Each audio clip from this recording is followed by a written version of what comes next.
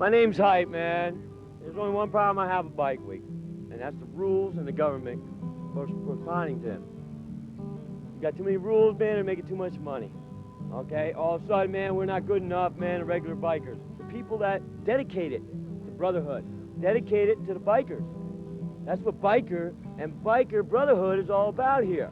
But when Clinton says that it's all right for the gays to go into the army, and it's all right for a man to marry a man, there's something wrong with today's society. Yeah. And I am here to say that it's wrong. You're not uptight, are you? I am very uptight. Relax, take it easy. But smile, being here, ready? Have a smirk. There you go, see what's in there. yeah! Biker!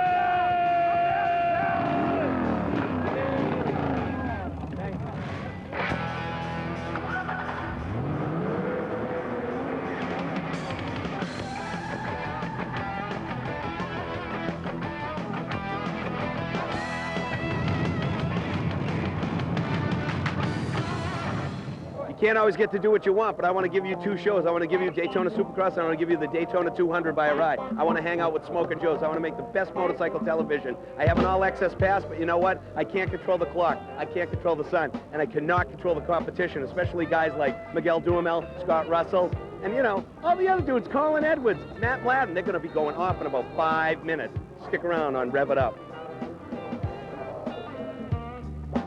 MW2's Rev It Up is brought to you by Honda Motorcycles, the leader in on- and off-road fun. Honda, come ride with us. And by Suzuki. Right now, your Suzuki dealer has the ride you've been waiting for and the financing to get it.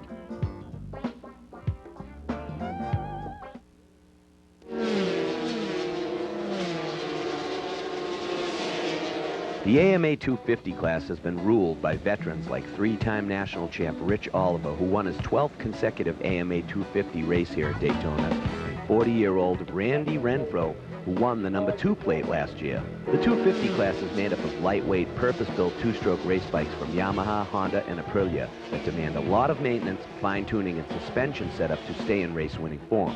That's where the experience of Oliver and Renfro come into play. One of the young charges that hoped to unseat the establishment was Californian Al Salaveria on his exotic Italian Aprilia, a machine that dominates the World Championship GP competition. The small Italian firm even sent 2 of its top technicians to tune the bike for Salaveria, and it certainly showed its speed as Al Sal drafted past Oliver to close on Renfro for the lead heading into turn 1 on the first lap. It wasn't to be, though, as the Aprilia's Rotax engine seized up and high-sided Salaveria into the hay bales. In an attempt to run a tighter line from turn 1, Renfro flipped his shoulder on the tire barrier lining the armco, nearly tearing him off the bike and causing him to lose his drive off the corner. That was all the brake that Oliver needed as he charged off in a spectacular display of aggressive riding to win by 13 seconds at the flag. Coincidentally, these riders finished in the same order at last year's Daytona 250 race as well. But I'll tell you, the first part, they kept sucking up my draft, catching up to me. I had to beat them into the infield. I went, well, maybe they won't draft me this time. Sure enough, there goes little Randy. I went, oh, man, that thing's fast. 1997 seems to be Hypercycle Suzuki rider Jason Pridmore's year as he scored his 2nd consecutive maximum point weekend in 2 races. Part of that sizable lead came at the expense of Pridmore's Hypercycle Suzuki teammate Mark Miller, who crashed out of 2nd place on the 4th lap while trailing by 2 seconds. Miller picked up his bike and after an extended tussle with a corner worker over resuming the race, went on to finish 28th and scored a few valuable points towards the championship. 2 laps after Miller's crash, Team Suzuki Sports' Richard Alexander Jr., who was battling for 2nd with Miller at the time of the crash, high-sided coming out of the same turn and handed 2nd and 3rd to former World Superbike champion Doug Poland and Zero Gravity Honda's Ben Bostrom. The 2 battled fiercely for 2nd, Poland with the horsepower on the banking and Bostrom outbraking and outcornering the former world champ on the infield, until Bostrom was balked by a lap rider heading into turn 1 and ran off into the grass, forcing himself to settle for 3rd. Rev It Up, brought to you in part by Honda Passport, the official 4-wheel drive vehicle of MW2's Rev It Up.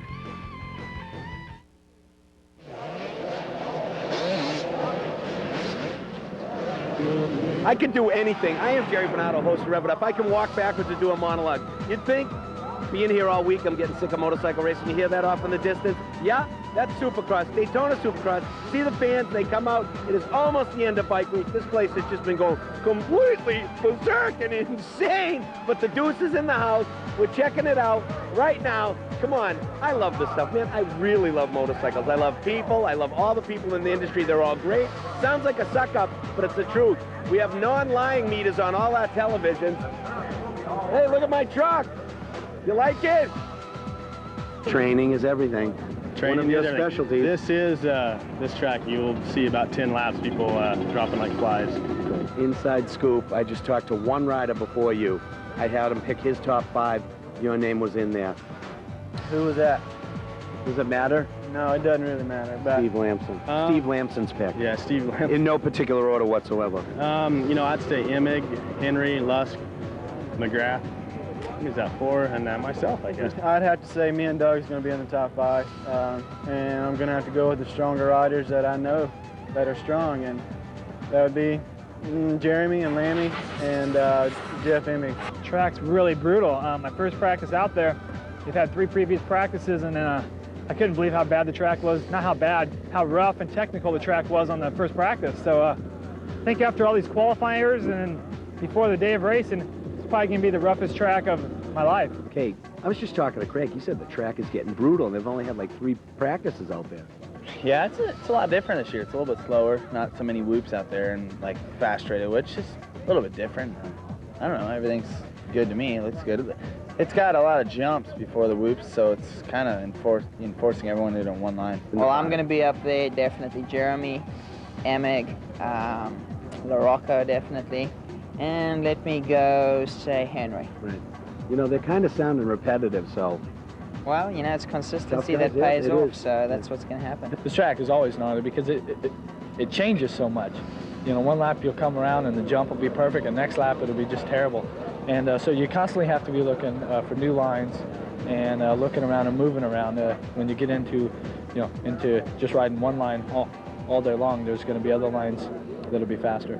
Jimmy, this is the What's Up with Ricky Carmichael's training program. You train really hard. He didn't train too hard, but he won. Little Rick, let me tell you something about Little Rick. We were out in California and came home from riding one day. He was sitting on the couch eating my ice cream. Haagen-Dazs, I might add. No, actually, it was Dryers. Fat. Exactly. But he was eating it, and I asked him, "Oh, what you doing?" And he said, "Well, Mom wanted me to go ride today, and I didn't feel like it, so I'm just going to eat your ice cream." And he ate it all, but don't matter. When you're going to win, you're going to win. Little Rick's got it upstairs right now, so. People are starting to get a little nervous. They're all running, they're on the treadmill, they're running motos, and they think that you're just kicking it and then kicking their butts. Do you have a secret? Well, I do a little bit of training. I mean, I do enough to get by. You know, I'm not like Johnny O'Mara or nothing, but I do enough. Is it a natural talent on the motorcycle, you think? I don't know, maybe a little bit. I practice a lot. You gonna like buy stock in Haagen-Dazs or anything? Actually, I was thinking about me buying some stock in some quarter pounders with cheese and heck, whatever. If it works for him, it must be able to work for everybody. So you're not gonna go out and get a big old In-N-Out burger and a greasy bowl of fries? No. Do a moto? No, not right now. Maybe after a win, I'll do that. After the win, you'll be like eating that big thing of dry as ice cream going, "I'm going to Disney World." Yeah, pretty much. You don't want to go to Disney World, do you? You've been there. No, I don't even like it. Rumor has it he's in negotiations to be sponsored next year by Dryer's Ice Cream. Do you remember who won here last year? Yeah, I did. Right. So when you go out there and riding today, were you going to think about that at all, or are you only going to think about this year? No, I'm going to think about that. Right, that's good. Yeah, that's a good Yeah, motivator. go back into the memory thing. Good motivator. Remember that, Jeremy? Yeah, Did you go out except for there I to give you a gotta, backhander? I try and do that every week. I've been doing that every week because I've won every race up to this point. So some competition going on today. There's a lot of competition. I think I should be right up there. I need to get work on my starts. It's what I've been doing, and it's kind of been holding me back a little bit. I feel really confident with them now, and I think that I just got to go out there and just be pumped up on that starting line and get that start. Once I get that start, I think, especially all 3 of us, we get up there, we're going to be battling right out to the end. It's great to win, because with the win comes money, fame, power, and girls. Girls. Let's say it again. And girls. Well, the start of the 125 main's going off right now at Daytona Supercross. And you know what? Larry Beluski said I could sit here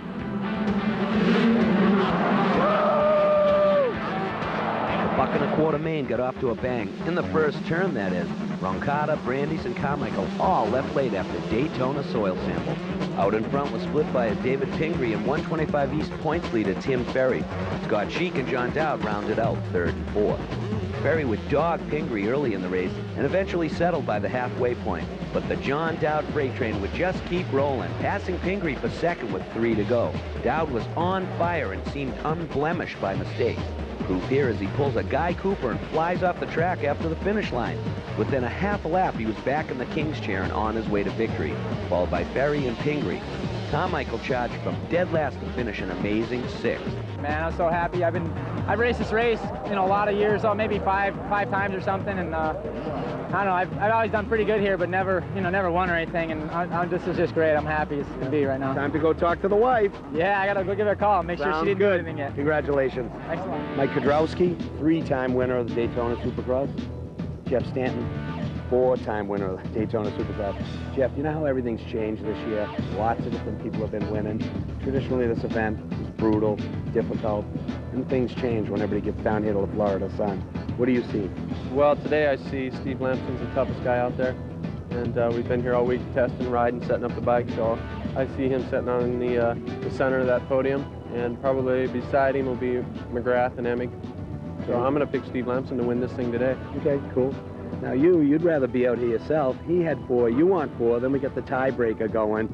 Injured your thumb, what happened? Well, after Atlanta, we were out testing. We stayed back all week through Gainesville and stuff, and I just did a stupid fall and caught my thumb on the throttle housing, and that was it. Yeah. So I raced Gainesville and got some points there, and then we were going to go for here at Daytona, and I rode last week, and we decided we didn't have a chance to win, so why come here and race? And that's what I wanted to do, is win Daytona again so I could tie just 4. After the big first turn pileup in the 125s, we brought the Rev It Up lenses down close to catch. Number 3 pull what seems like to be his 8 millionth career hole shot.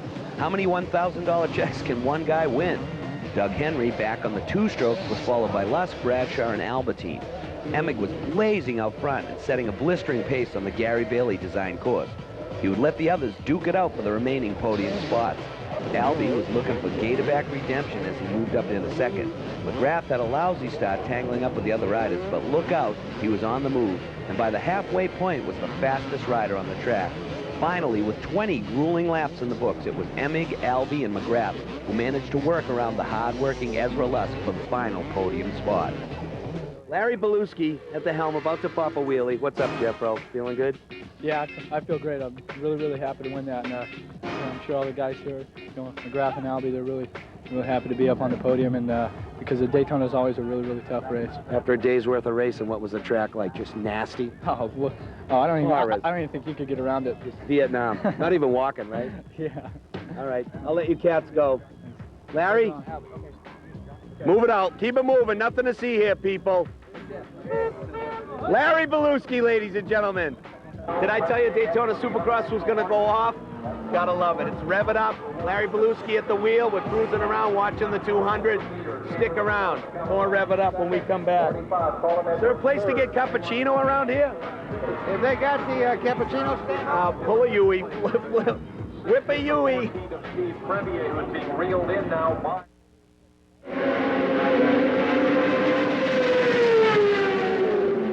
I just went over there and checked with Larry Beluski, the man, the myth, because I didn't want to make a fuss. We have to work together. Okay, I'll make it short and sweet. I'm here for half hour, and then I'm right out of your hair. I'm out of your hair. Who's you picking the 200? I got Scott Russell. We saw Scott Russell on the beach yesterday. He's laying out, riding his Harley. Cool as a cucumber, man. He's going to win this sucker. Chilling it. Got to go with Scott Russell, Mr. Daytona. There's no doubt about it. You kind of look like Scott Russell. That's all I ever hear. It's Scott Russell this, it's Scott Russell that. I'm completely sick of this Scott Russell issue. I want to know if Miguel Duhamel's going to win. Everybody thinks Sunday's just for the 200.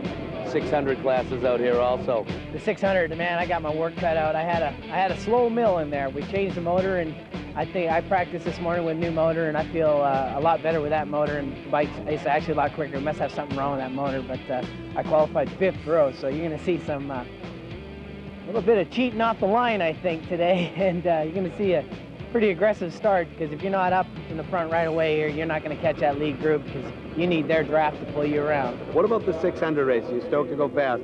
Yeah, I'm real excited. The new Suzuki GSXR thing's a missile. We just need to get out front, and I don't think anybody's going to get away, but hopefully when it comes to the finish line, I'm the guy out front. I'm scared. Yeah. You know we're looking for huge things, big things from Smokin' Joe's today. Big. How about gargantuan. a big victory lap, a lot of big breakies, and a lot of big smoke shows. There you go. There you go. Big things that's there. good TV. We need that. What about the 600 right now? Yeah, I'm ready, man. We're going to the front. We're already there. A lot of Suzuki's on the front row here. That's right. The 600's going really good, and I'm planning on winning. All right, good luck, Aaron. The 97 AMA 600 Supersport Series is unarguably the closest fought class in the history of American road racing. The 80 bike field at Daytona is packed with no fewer than 19 factory-supported riders, including a half a dozen top superbike riders like Smokin' Joe's Honda Miguel Duhamel, Yamaha's Tom Kipp, and Yoshimura's Suzuki's Pascal Picotte and Aaron Yates. At the start of the race, Miguel Duhamel on a Smokin' Joe's Honda risks it all and charges away from the field before their tires come up to temperature in a gamble to break the draft and get away. This race had riders running 5 across heading into the chicane in a late braking effort to take the lead. Bike number 2, Kinko's Kawasaki rider Jamie Hacking, in only his second AMA National Road Race, showed that he had a fear threshold high enough to outbrake the established veterans, but his ZX6R developed a front-end problem that put him back to 17th at the finish. In the end, it was Yoshimura Suzuki's GSXR 600 of Canadian Pascal Picotte that led the fierce 7-rider swarm for the lead. Picotte put his head down for the final lap to lead across the line at a scant 0.180 seconds ahead of fellow Canadian superbike star Smokin' Joe's Honda Steve Crevier, who nipped Yoshimura's Georgia boy Aaron Yates by half a bike length at the line. I think it's going to be this way all year long just because we're riding the new GSXR 600, and it seems like it's definitely the bike to beat. It's by far, I think, the best 600 street bike they ever produced. I'm really happy to ride that Suzuki in the 600 Supersport. Well, guys, this is the Daytona 200, the ultimate motorcycle race in the United States, premier event in the country in the two-wheel world. Glad you all are watching Rev It Up on the Deuce ESPN2. Hey, he knows what to do. He's a pure marketing machine. He's an entrepreneur extraordinaire. He can drive these karts. He can mix it up with the bigwigs in NASCAR. I'm sure he's a ladies' man, huh? I don't know about that. Well, I'll take over right there. Thank you. Originally, I'd planned to work with Smokin' Joe's team, be on the pit crew, help him out. I thought for a second, talked to Martin Adams, team, big guy, big dog. I go, Martin, you know, this race is really, really serious. How about to help you? I step back. I record it for television. I don't get in the way. I don't put on the shirt. I'll wear the hat. I don't put the shirt on and stand in the pits and not really do anything because I don't know what I'm doing. Let's let the professionals do their job. Al Ludington, Miguel Duhamel, Steve Crevier, Martin Adams, and everybody behind me are working feverishly to try and win the highly prestigious Daytona 200 by a ride. This is like the Indy 500. It's huge. I know what time it is, but it's just fun. What time is it? It's showtime. Dude, it's madness to try and film us for television. If it wasn't for being homies with you guys, I'd be screwed. You would. We love you, man. All right, I'll see you later on. All right, buddy. Hey, if you win, let's make big, huge TV, okay, kid? Yeah. That's what I like to hear. You're the best! Colin, who's got the tougher job? Me trying to cover this for television, or you trying to win it for yourself and Yamaha? Well, from what I see, it looks like you got the tougher job. I only got to go out there and work for an hour and a half. You got to work all day. Yeah.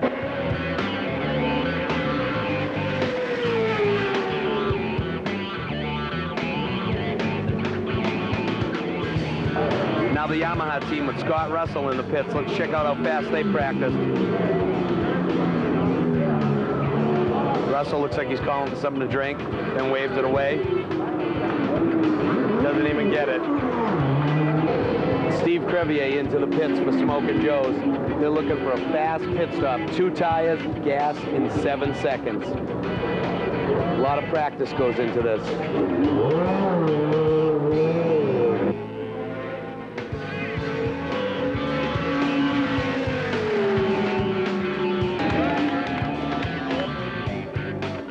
You know what?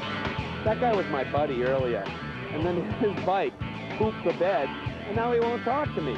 I went over to the Muzzy pit, asked for an interview. They wouldn't talk to me. I can't. I just can't. Okay. I don't want you to get in trouble. That's it. I can't. Okay. Right. I can't. Okay. Okay. We'll leave it at that. But you still like me? I love you too. Okay, I love you too. Hey, you know what? I wanted to get an interview with the Muzzy boys. They won't talk to me, so they don't get on TV. Is it me, or is it the issues at hand? MW2's Rev It Up is brought to you by Honda Motorcycles, the leader in on and off-road fun. Honda, come ride with us. And by Suzuki. Right now, your Suzuki dealer has the ride you've been waiting for and the financing to get it. My name's Jerry from Rev It Up. How's it going? Really good. What's up, homie? You know what I like the best when I seen you after you got the Rolex? I go, so after you win, if you win, you know, let's do a thing. And you go, if, and just walked away. What's up with that? I know, I don't know. That's what I want to hear. I don't know. I just Talk to me. I had that feeling today, you know. I mean, I just had that feeling, you know, right here. I've had it all week long. We've really worked hard. We've trained hard for this year. I've never really prepared physically for a season like I have this year, and I'm very focused and got a great team behind me, and just everything about our team, it equates to winning, you know, and that's what we plan on doing all year long. This is just a warm-up. This is just for fun.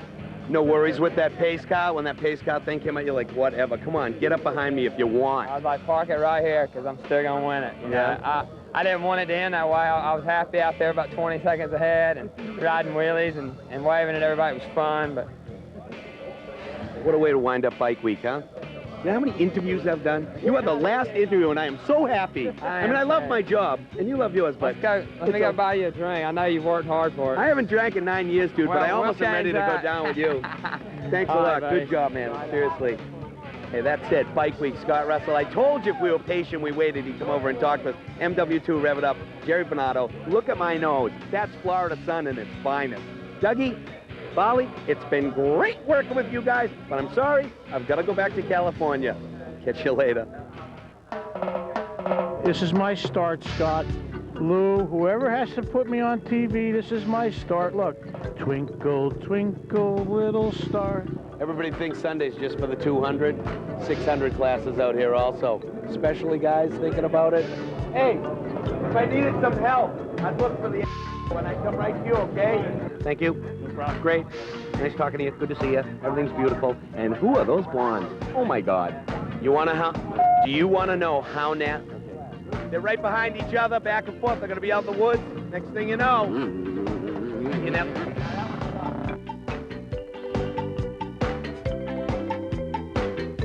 You're just one of those dork producers from ESPN2, aren't you? So does that mean I'm supposed to have an opinion, or is that your boyfriend? No pictures of the Rev It Up host today. Give me the 50. Here comes Cooper. Thanks for coming. You guys are great. Love all your movies. You know what I was just thinking right now? Even though people experiment a lot in college, this could be considered a threesome, an interview threesome. Check him out. That guy on that pink moped right down there can pull chicks like you wouldn't believe.